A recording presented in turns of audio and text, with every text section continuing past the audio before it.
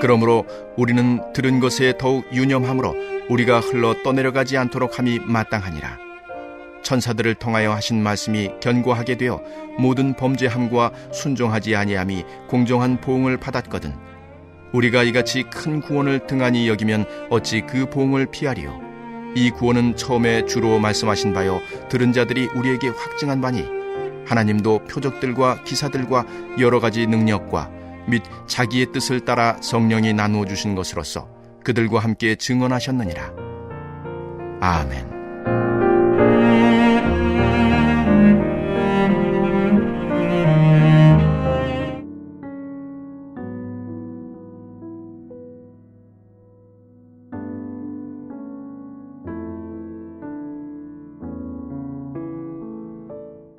어제 제가 설교 마지막 부분에서 차가움이라는 것은 열의 부재라고 말씀드렸습니다.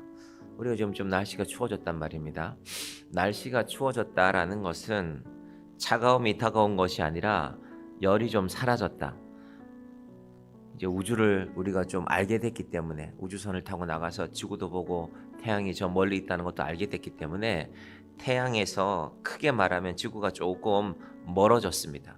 지구가 태양 주위를 1년에 한 바퀴씩 도는데 태양에서 조금 멀어지니까 우리가 좀 추워진 것입니다. 이제 12월 되고 1월 되면은 제일 멀어질 때 그때가 이제 제일 큰 추위가 몰려오는 것이죠. 그것이 바로 차가움입니다.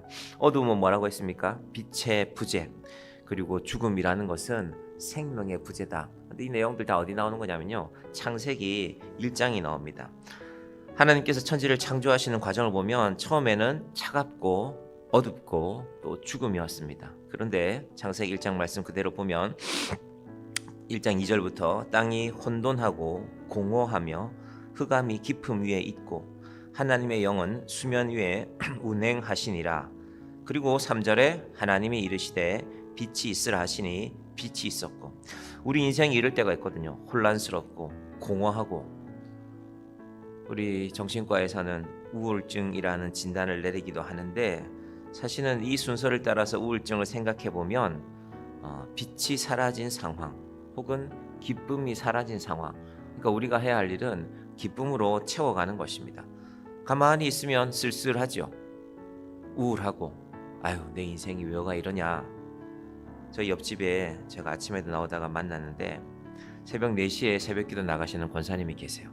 교회 봉고차를 타고 가셔서 5시 40분 되면 이제 집으로 돌아오세요. 제가 나오는 시간에 가끔 마주치는데 그러면 같이 새벽기도 갔다 오는 분을 이제 차에서 본인이 먼저 내리시고 그 차가 떠나기 전에 꼭 이렇게 손을 흔들어 보내시고 새벽부터 생글생글 웃으시면서 그렇게 다녀오시고 하는 모습을 봅니다.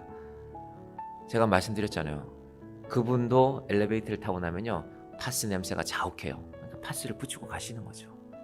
80세가 넘으셨으니까 몸에 아픈 곳이 있으시겠죠. 젊어서는 또 열심히 일하셨던 분인데 그리고 가끔 그분 댁에서 구역 예배를 드리면 다양한 파스 냄새가 나요. 이제 할머니들이 파스 붙이는 종류가 다양하니까 구역 예배를 드리고 나가시면 저희 현관에 나가면 아 오늘 이 집에 구역 예배 드렸나? 다양한 파스 냄새가. 그런데 그분이 항상 교회 갔다 오시면서 흥을 찬송을 하세요. 흥을 찬송하면서 오늘 날이 깜깜하지 않습니까? 어둠 가운데 빛으로 채워가는 것입니다. 우리의 인생이 힘들고 어려운 일이 있다고 하지만 제가 어려서는 동네 어르신들 환갑잔치라는 걸 했단 말입니다. 돼지 한 마리 잡았어요. 좀 형편이 좋은 집은 어쩌다가 소도 잡기도 했는데 그 고기 한 마리 잡으면 동네 사람들이 나눠 먹는단 말입니다. 근데 생각해보니까 그때 그분이 환갑이었어요. 60세 되셨다고. 지금 60세 넘으신 분들 우리 교회에 많으시잖아요. 잔치했다니까요. 오래 살았다고. 전 세계에 국가에서 당신 건강 검진해야 됩니다. 대한민국이 거의 유일한 나라입니다. 미국, 유럽에 있는 나라들 안 해줍니다. 왜 우리가 그걸 해줘? 네가 알아서 사는 거지. 그런 나라에 우리가 살고 있습니다. 그래서 하나님께서 감사할 일이 많은데 우리가 항상 어두운 거 생각하고 우리가 생각하는 항상 다른 사람들하고 비교잖아요. 내가 너보다 좀 못 산다. 우리 집에는 이게 없다. 그게 아니라 하나님이 주신 차가운 인생에 차가움이었는데 원래는 어둠이었는데 죽음이었는데 하나님이 이르시되 빛이 있으라. 이건 다르게 말하면 하나님이 이르시되 생명이 있으라고 말씀하신 겁니다. 새벽에 여러분이 나오셨으니까 듣잖아요. 어제 주일 예배만 나오신 분은 이걸 못 듣는단 말이에요. 안 들으시면 못 듣죠. 그래서 내가 새벽에 나오면 이런 기쁨이 있구나. 자, 창세기 1장 4절에 보시면 빛이 하나님이 보시기에 좋았더라. 하나님이 빛과 어둠을 나누사. 여러분, 이게 중요합니다. 하나님은 빛과 어둠을 나누십니다. 날마다 어둡다 하는 사람들은 어둠 가운데 있는 것입니다. 그런데 빛을 만드신 하나님은 빛을 두시고 또 어떤 자리에는 어둠을 두십니다. 우리는 지금 깜깜하지만 지구 반대편에 있는 어떤 나라는, 아르헨티나 같은 나라는 환할 거란 말입니다. 우리랑 12시간 차이가 나니까. 그렇구나. 하나님은 어둠 가운데서 빛을 나누신 분인데 빛을 쫓아서 따라가지 않고 어둠만 쫓아가면 어둠 가운데 있는 것입니다. 그래서 여러분이 새벽에 나오실 때, 오늘도 새벽에 나오실 때 어떤 마음으로 나오시는지 모르겠지만 내가 교회 가는 길에 찬송 한 곡 부르고 가야지. 어두운 우리의 마음을 빛으로 채워가는 것입니다. 차가운 우리의 인생을 따뜻한 온기로 채워가는 것입니다. 가만히 있어 보면 아이고 내가 이렇게 몸이 안 좋고 힘든데 내가 곧 죽겠구나가 아니라 하나님, 죽음이라는 것은 생명의 부재라고 했으니 내 속에 날마다, 그리고 성경에 예수님께서 이제 우리가 복음서를 보면은 그 내용들이 나오는데 우리의 죽음과 동시에 예수님 우리를 맞이하십니다. 그래서 우리가 오랫동안 예수님이 3일 동안 어둠 가운데 계셨다고 우리가 그런 것이 아닙니다. 그건 이제 요한계시록에 가면 드러나게 될 것입니다. 그렇구나. 우리가 저 차가운 땅 밑에서 오랫동안 있다가 어떻게 되는 것이 아니라 하나님께서 예수님의 품에 우리를 안기신다고 말씀하고 있습니다. 왜 어둠이 찾아오고 왜 차가움이 찾아오고 왜 죽음이 찾아올까? 탐욕입니다. 탐욕. 잠시 귀담아 듣다가 오늘 본문도 그런 내용들입니다. 구약에 많은 선지자들을 보냈는데 듣지 않았어요. 하나님 말씀대로 살지 않고 내 욕심이 났거든요. 가나안 땅을 차지하라고 했을 때도 지파별로 차지하면 되는데 자기를 좀 챙겼어요. 아간이라는 사람이 욕심을 부렸거든요. 이방 사람들에게 제사 지내던 거 소와 양을 차지하지 말라고 했는데 아간이 외투 한 불 뺏어다가 숨겨놨어요. 그거 이방에게 제사 드리고 그 가죽을 벗겨서 만든 외투였거든요. 하나님이 그거 싫다고 하셨습니다. 탐욕에 우리의 마음이 멀어갈 때 그것을 2장 1절은 이렇게 말했거든요. 그러므로 우리는 들은 것에 더욱 유념함으로 우리가 흘러 떠내려가지 않도록 함이 마땅하도다. 하나님 말씀을 듣고 어제 목사님이 어둠이라는 것은 빛이 없는 거라고 했지, 내 속에 빛을 비춰야지, 예수님의 진리의 빛을. 차가움이라는 것은 열의 부재라고 했지, 내가 온기로 살아가야지. 요즘 사람들 냉랭하잖아요. 편리하지만 냉랭한 시대를 살고 있지 않습니까? 그러니까 경비를 절감한다고 사람이 사람을 맞이하지 않잖아요. 가게 가면 우리가 다 뭐 눌러서 해야 되잖아. 키오스크 눌러서. 할머니 할아버지들은 그거 하러 갔는데 잘 안 되면 막 짜증도 나고 힘들기도 하고. 편리함이란 미명하에 점점 온기가 사라져가는 시대입니다. 여러분 그 기계를 보고 한번 좀 생각해 보세요. 이거 편리하네, 뭐 인건비가 적게 나가겠네, 그 말도 맞죠. 근데 사람이 사람을 맞지 않게 되는 것입니다. 그런 시대를 우리가 살고 있습니다. 구약의 많은 사람들도, 구약의 많은 이스라엘 백성들도 선지자들이 계속 말씀했는데도 말은 선지자들을 자랑했지만 우리한테는 이사야가 있다, 우리한테는 예레미야도 있다, 말을 듣지 않았어요. 잘 듣지 않았습니다. 그래서 하나님께서 어떤 일이 벌어졌는가? 2장 2절에 보시면요, 천사들을 통하여 하신 말씀이 견고하게 되어 모든 범죄함과 순종하지 아니함이 공정한 보응을 받았거든. 이걸 뭘 생각하시면 되냐면은 구약에 등장하는 하나님이 보내신 많은 천사들, 예를 들면 소돔과 고모라 땅에도 하나님의 천사들을 보냈거든요. 말 들었습니까? 안 들었죠.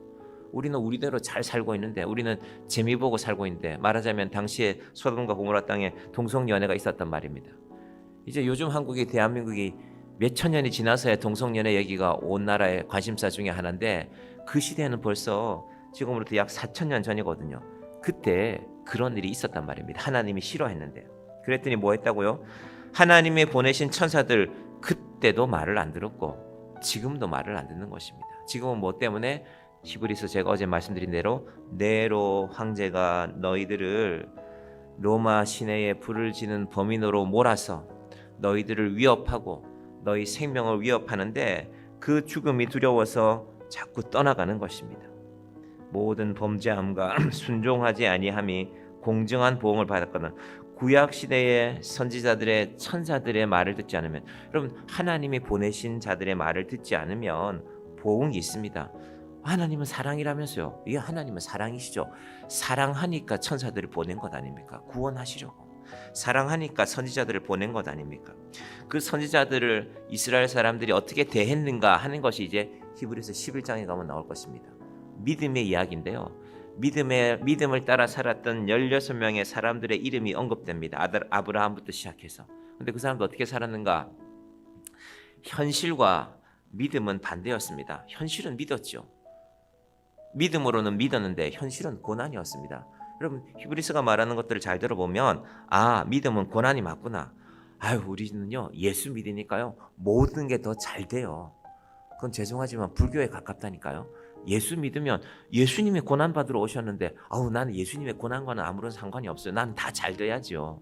오래 살고 내 자식들도 잘 되고 내 하는 모든 일이 잘 돼야죠. 그게 예수 믿는 거 아닙니까? 하나님께서 이 예수님이 오신 성탄절을 앞두고 우리가 왜 히브리서를 보게 되었는가? 자, 3절 같이 볼까요? 우리가 이같이 큰 구원을 등한히 여기면 어찌 그 보응을 피하리요? 이 구원은 처음에 주로 말씀하신 바요 들은 자들이 우리에게 확증한 바니. 오늘날 교회들 설교가 점점 짧아지거든요. 교회 그 예배 시간 1시간을 채울 것들이 많아집니다.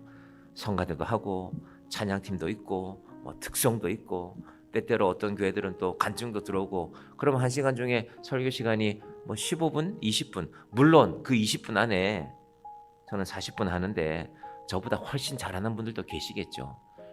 근데 곰곰이 생각해 보면 설교라는 것은 제가 종종 말씀드리잖아요. 오늘도 목사님 참 재미있는 예화를 하시네. 그것도 좋죠. 그런데 그게 아니라 내 마음이 묵직해져야죠. 이거 마음 부담되는데 목사님 왜 저렇게 부담되는 얘기를 하시지? 그래야 우리 인생이 달라질 거리가 있을 거 아닙니까? 그게 설교 아니겠습니까? 우리가 이같이 큰 구원을 등한히 여기면 선지자들을 보냈는데 말을 안 듣더니만은 너희가 예수님을 보고도 예수님도 무시하는구나 이 말입니다. 예수님이 십자가에서 보여주지 않았냐? 죽음을 지나서 부활로 가는 것을 보여주었는데 너희들은 로마 황제의 핍박 앞에 네로의 핍박 앞에 죽으면 끝이구나. 나 죽지 않아야지. 예수를 떠나고 예수를 깊이 생각하지 않고 그 시대가 로마 시대 이 주후 64년 기독교가 핍박을 받는 시대나 지금과 다르지 않다는 것입니다. 지금은 칼로 창으로 사람을 죽이려 함이 아니라 잘 사는 것에 대한 유혹이죠. 잘 살아야 될 텐데 부자로 살아야 될 텐데 대한민국 이렇게 잘 사는데도 전 세계에 거의 유일하게 국가가 국민들의 건강을 위해서 건강검진을 시켜주는 나라에 살면서도 우리는 그래도 저 집은 저가 있는데 여러분 옆집을 보는 것이 아니라 하나님을 보는 것이 믿음입니다. 그래서 히브리서의 제일 핵심 문장 하나를 생각하라면 예수를 생각하랍니다. 우리 기준대로 지금 예수님 생각하면 예수님 완전히 실패한 거 아닙니까? 하나님 나라를 떠나서 이 땅에 내려와서 십자가에 고난 달려서 돌아가셨으니까 저분이야말로 실패 중에 실패다. 4절 봅니다. 하나님도 표적들과 기사들과 여러 가지 능력과 자기의 뜻을 따라 성령이 나누어 주신 것으로서 그들과 함께 증언하셨느니라. 신약시대 이 초기에는 많은 표적과 기사들이 있었고 구약시대도 마찬가지였죠. 예수님께서 죽은 자를 살리시고 병든 자들을 고치시고 그런데 이 모든 것을 주심으로써 증거하고 있는데도 믿지 않는 것입니다. 여러분 전 세계에서 제일 가난했던 나라가 과거에만 그런 것이 아니라 많은 학자들은 앞으로 한국 같은 나라는 나오지 않을 거라고 합니다. 우리하고 제일 닮아 있는 나라 하나가 베트남이라는 나라인데 한국처럼 우리가 지금 전 세계에서 유일하게 다른 나라의 무기에 의존하지 않고 자주 국방에 가까워지는 나라. 우리는 오랫동안 미국이 우리를 지켜주지 않으면 물론 우리는 미국의 도움도 받아야죠. 미국이 우리를 도우려고 하는데 잘 받아야죠. 하지만 미국의 도움을 받고 우리가 생각하는 그 쟁쟁한 나라들이 영국이, 독일이, 프랑스 같은 나라들이요. 러시아가 정말 우리랑 전쟁하자고 달며들면 우리는 무기도 제대로 못 만드는데 라는 그 고민에 빠져 있습니다. 상상하지 못했던 일이 아닙니까? 얼마나 대단했던 나라들입니까? 근데 그 나라들이 아마 그리 오래 멀지 않아서 한국한테 우리나라한테 우리 무기 좀 팔아주세요. 우리 러시아가 우리랑 진짜 전쟁하자면 우리가 막을 수가 없거든요. 하나님께서 물론 전쟁은 안 일어나야 되지만 이만한 나라를 우리에게 주셨으니 우리는 감사하며 우리의 믿음을 지켜나가는, 여러분 전 세계가 마음대로 예수 믿는 것 같지만 그렇지 않은 나라들 많습니다. 인도네시아는 인구가 3억에 가까운데 예수 믿으면 고립됩니다. 고립. 제가 갔던 그 말씀드렸던 거 기억하십니까?